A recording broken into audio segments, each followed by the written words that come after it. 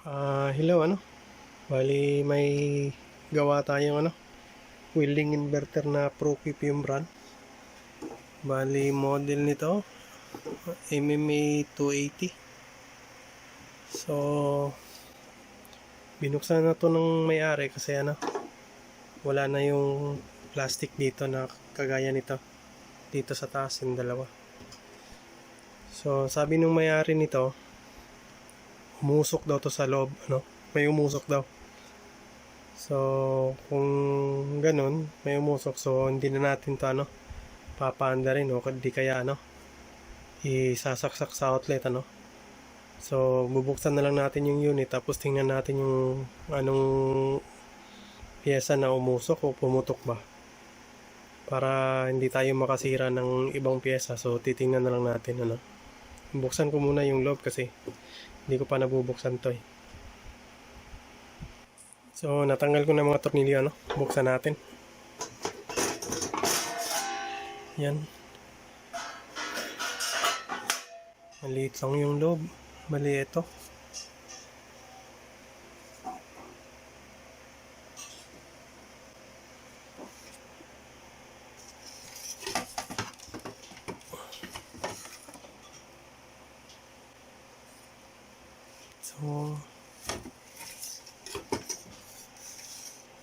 So buksan muna natin to para makita natin yung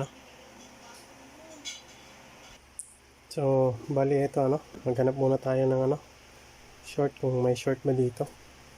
So unahin natin dito sa sa output. Ayan.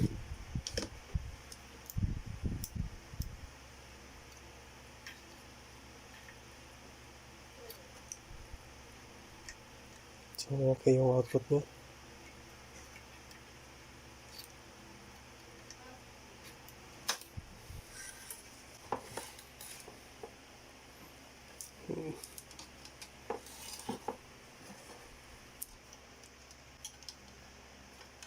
So dito tayo sa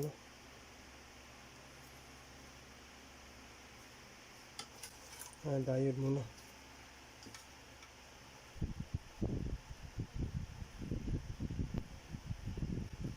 Negative.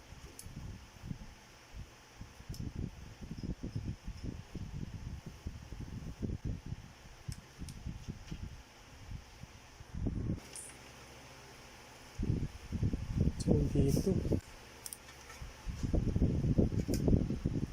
parang sorted doon.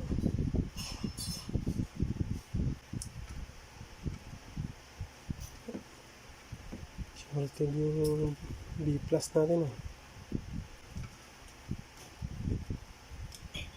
Yan. Dito. Ito naman.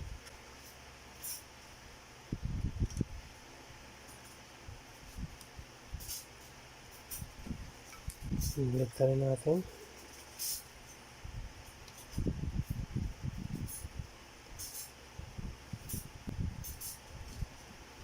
Ayan din. Tanggalin muna natin.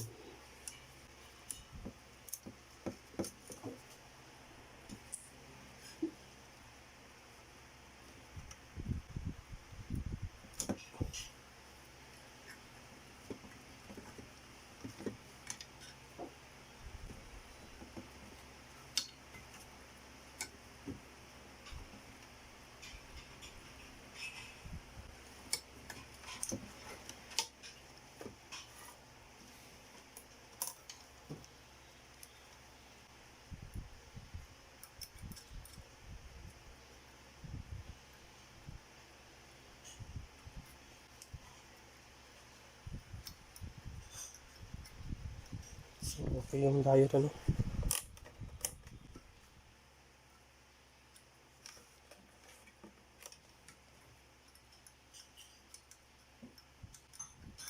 So may nagsira.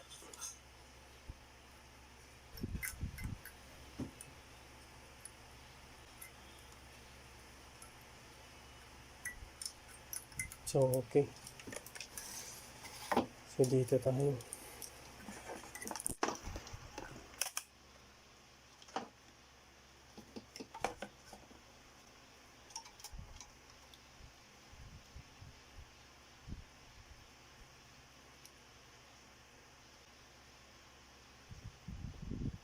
Sira yung shorted yung natin, filter natin. So pag shorted to, itong dalawang IGBT sira to. Tester natin. Yun na.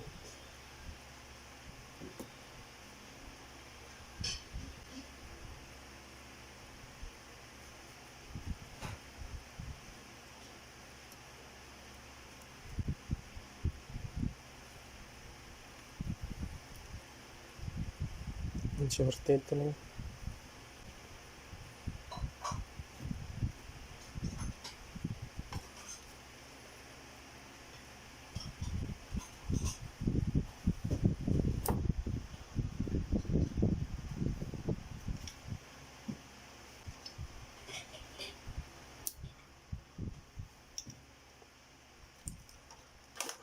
So digital tayo para madali.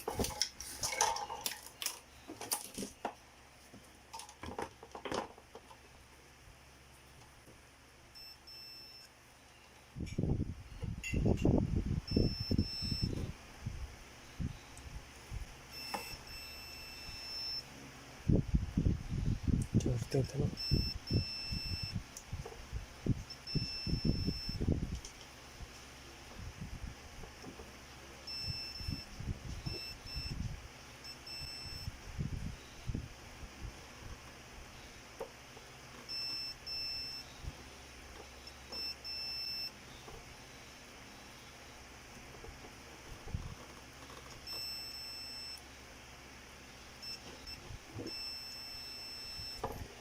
So shorted yung IGBT natin.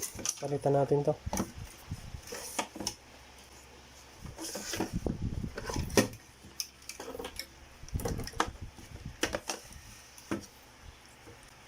So bali ito yung ito yung sira, itong dalawa shorted.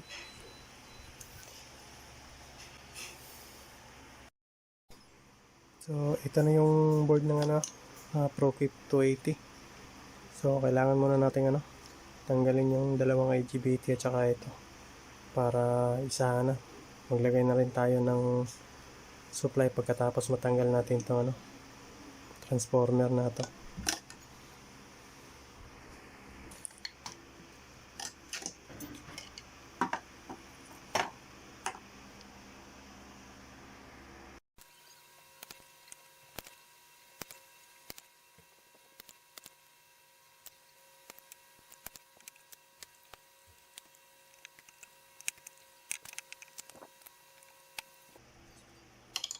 So ito pala yung sumabog umusok yung kulay itim na yan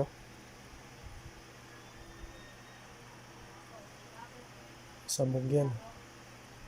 So ito yung sinasabi ni customer na umusok.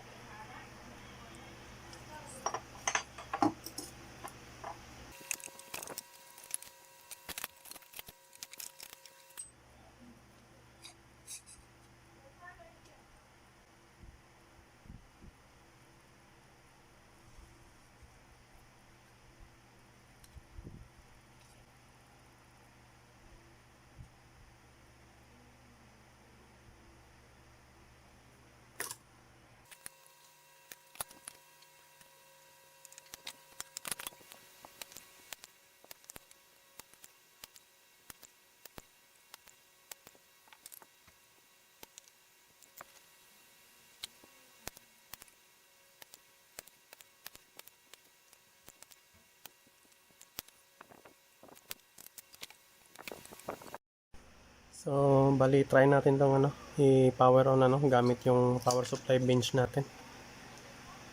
So, yan nakakabit na dito. So, on ko na. Nakasaksak na rin yan. On natin.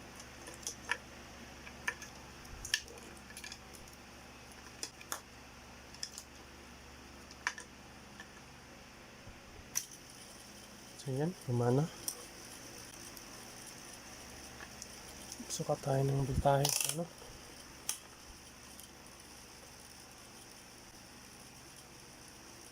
So wala.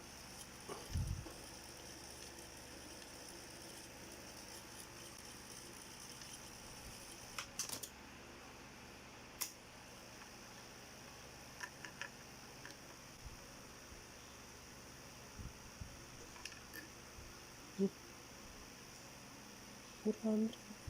Ginalaw na to. 280 lang to eh. Kaya pala.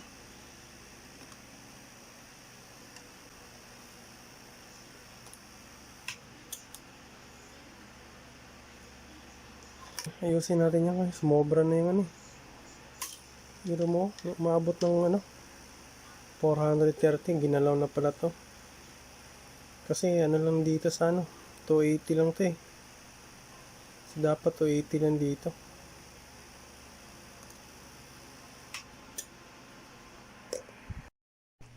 So bali no, ito na yung ano board ng ProQuip ano na ginagawa natin. Ang problema nito, napansin ko nung ano, ginalaw na to ng ano ng ibang technician kasi nga ang lumalabas dito sa ano masyado na mataas, sumabot na ng 400 eh, 400 amperes eh.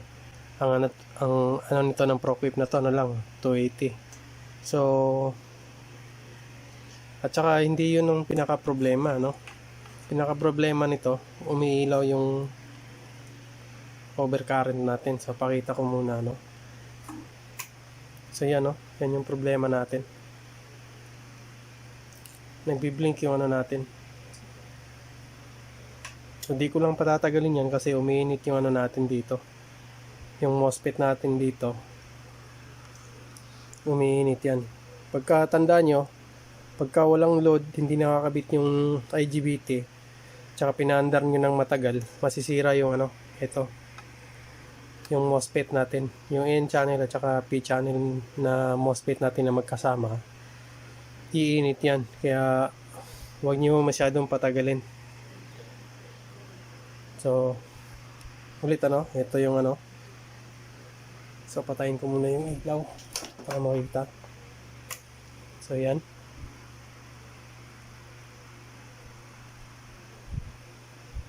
Yan yan, umiilaw. Pero tinama ko na yung ano nito, yung amperahe. Hanggang umabot na yan ng ano. 240 pa lang, kulang ng ano eh. Kulang pa ng 40.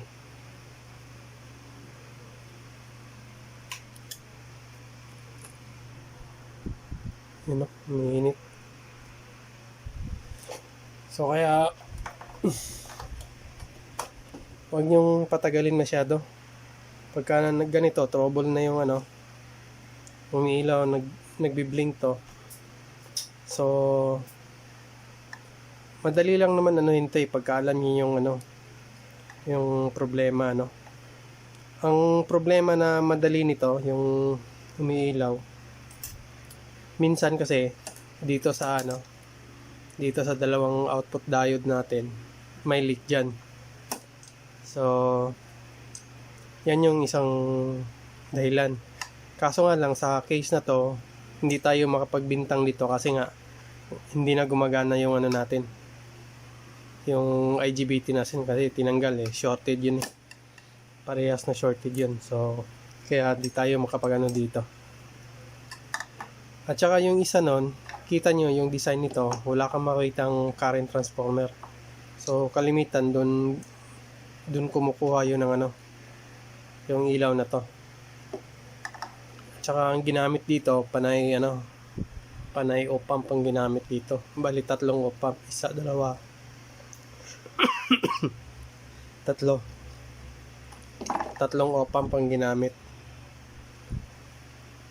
So kaya yun yung ano, kaya sa trouble na ganito, yung umiilaw yung ano, yung overcurrent protection, kalimitan kasi ito yung sinusukuhan ng technician kasi nga hindi nila makuha kung paano matanggal to.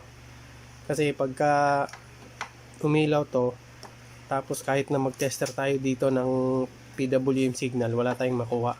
Subukan natin ano. So ito yun. Ito yung PWM natin. Kahit na nakakabit yan dito o dito, kahit dito na lang oh. Yan. So nakaano tayo sa ano.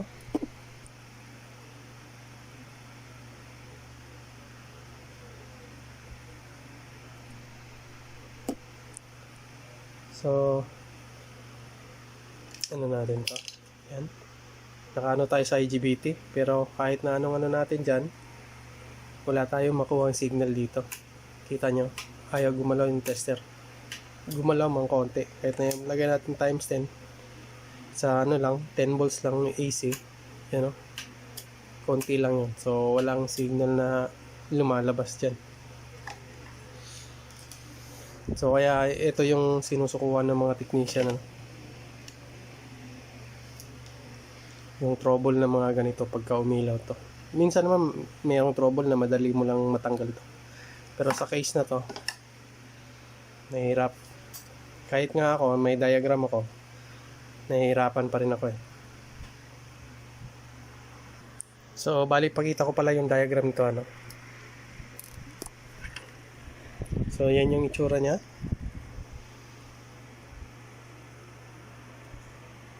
Tapos ito yung diagram natin.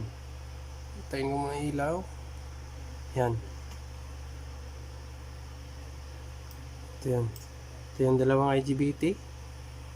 Dalawang output diode natin. So yan. Ito yung pitan. Tsaka ilaw. Ito yung overcurrent protection natin. Yan. So mahirap mag-trouble ng ano, ng overcurrent protection lalo na wala kayong diagram, ano. Kaya sa akin, nakukuha ko naman, ano. Sa awa ng Diyos, nakukuha naman natin yung ano, problema sa tulong ng ano, nung block diagram natin.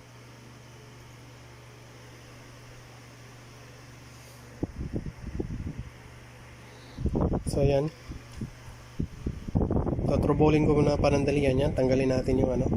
Pero pagka alam nyo na kasi yung ano, paano gumagana yung ano, PWM signal, paano nawawala at saka paano nagkakaroon ng PWM signal, madali nyo na lang matitrace to.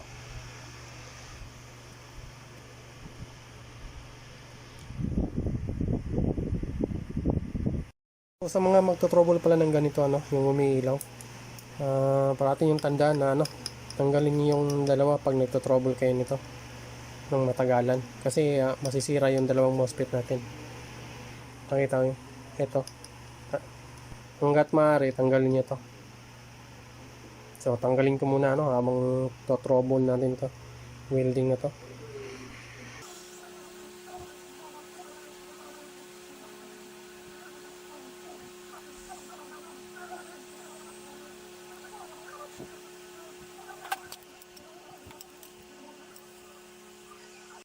So bali ngayon, ano, matotrouble na natin ng maigi na ano, tinanggal na natin yung dalawang MOSFET dito. So kung makaka-encounter pa rin kayo ng ganito, ito kasi yung trouble na sinusukuhan ng ibang technician sa welding, ano. So try ko muna, on ko muna, ano. So yan, umiilaw talaga yan, no. So wala tayong masukat ng ano yan na output dito sa ano, sa PWM natin at saka dito sa gate emitter natin ng ano, MOSFET ng IGBT natin. So kung sa akin, ano, madali ko na lang kasing ano hinto. Kasi kabisado ko na yung ano, yung mga circuit ng PWM ng welding. Basta ginamit 3525, ano. So, sa mga ganitong mga klase ng welding, pagka hindi nyo kabisado, medyo nahihirapan kayo. Pero dito sa brand na to, ano, so ulit, yan, umiilaw pa rin. So ngayon,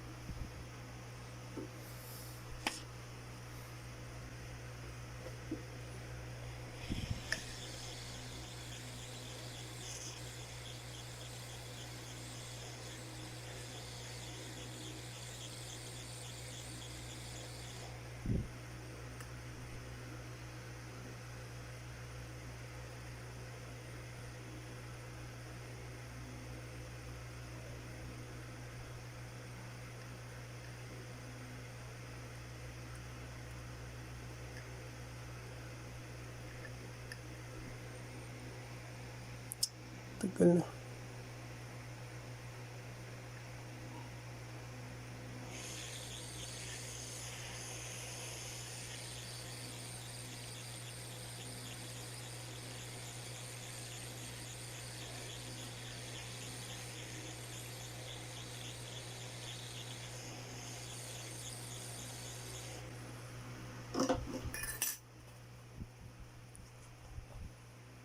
So ayan na, no?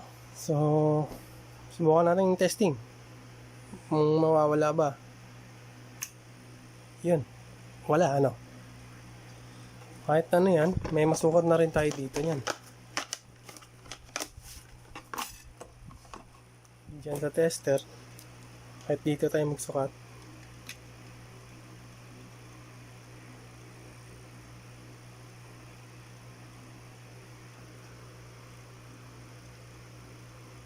Yan, o. Meron na tayong PWM signal. So ganun lang, ano. Pagkakabisado nyo kasi yung circuit, madali lang. Pero pag hindi, no, kasi dinanas ko rin to ng ano, ng trouble ng ilang araw at saka gabi bago ko nakuha yung mga ganitong problema.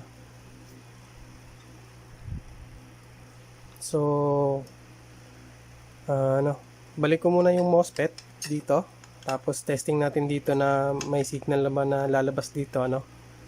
Tapos saka natin ibalik yung ano, transformer ng power supply natin.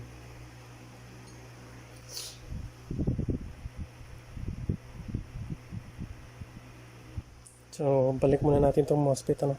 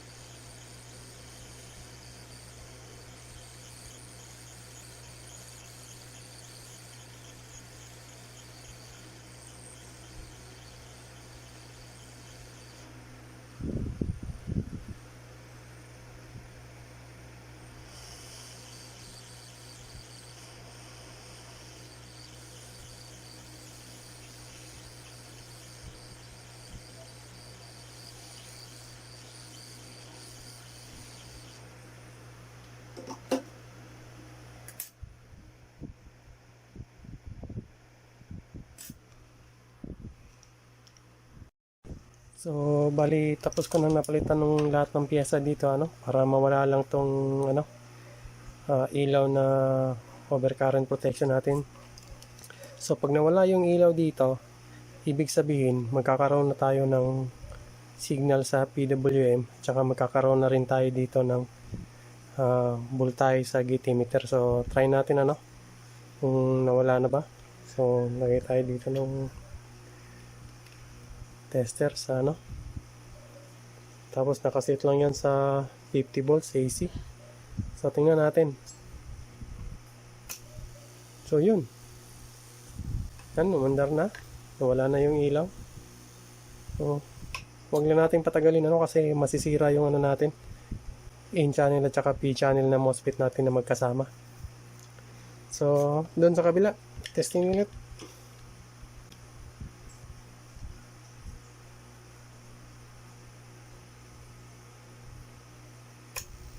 Yan, meron. So ibig sabihin okay na to. Kailangan lang nating ikabit yung IGBT at saka yung transformer dito sa ano, power supply natin. Tapos testing natin, ano. So yun lang ang ano, kagandahan pagka alam niyo na yung paano gumagana to, paano nagkakaroon ng PWM to, at saka paano niya kinakat off yung signal ng PWM. Pag nalaman niyo na nung yun, sa kabisado ko lang, ano, sa 3525 lang na ano, pag nakabisado nakuha niyo na yun, madali niyo na lang matrouble yung ano, umiilaw to, ba't umiilaw to. So sa case na to, ano, wala pala tayong makikita ano, current transformer dito. So lahat nandito banda yung control. So ano na lang, kakabit ko na muna yung IGBT at yung transformer, tapos kabit natin sa casing. So, bali, subukan na natin itong paanda rin, ano? So, nakaano na yan.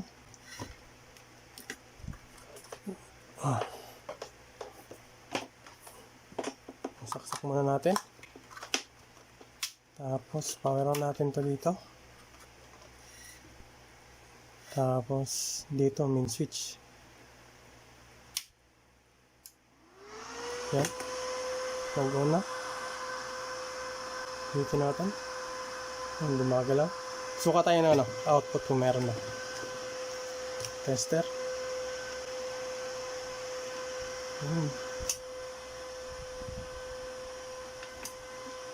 Tayo.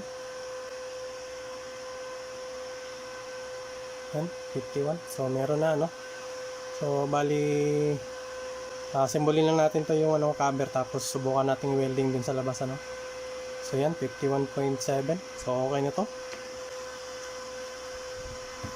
So, yan, hindi na umiilaw yung ano natin, overcurrent protection natin.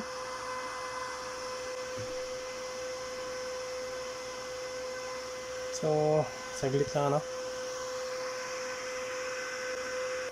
So, bali yan, ano. Sagad na yan, ano. 280. So, nakalagay dito, 280, ano. Patayin muna natin. So, bali, yung welding na to nasira kasi hindi dahil dun sa may sira yung ano natin, ano, yung board. Pinilit kasi nilang patasin yung amperahe nito kaya hindi na normal yung init ng IGBT kaya bumiga yung IGBT. Kasi nung una kong tinesting to, umabot to ng 400 plus ampere mahigit.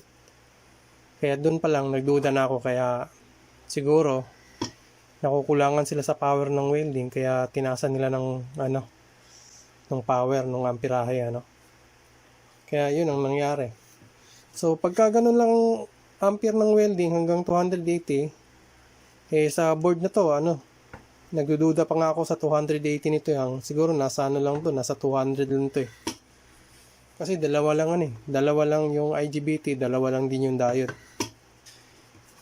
Kaya siguro naman doon din yun sa may-ari kasi siguro nakukulangan sila sa power kaya pinakalikot siguro nila sa ibang technician kung paano palalakasin. Kaya ganun. Yun ang nangyari. Yun ang hula ko, ano. So, asimbolin ko lang to tapos welding natin sa labas. So, nakabit na natin yung ano, cover ng ProQuip, ano. So, yan. Nakakabit na yan. So, try lang natin ano. Saglit lang natin paanda rin, ano. On natin. On mo lang natin yung ano, power dito. Tapos dito. Yan. Tapos yan. Yan na yan. So, 280. Yan. Sukat lang tayo ng ano, output kung saglit lang to, ano. So, ayan, 49.4. So, okay na yan. Testing na lang natin to sa labas. So, testing na natin to.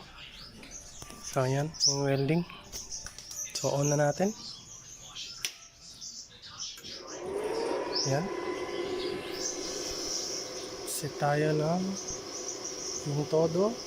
18281. Set lang tayo ng 160 yan.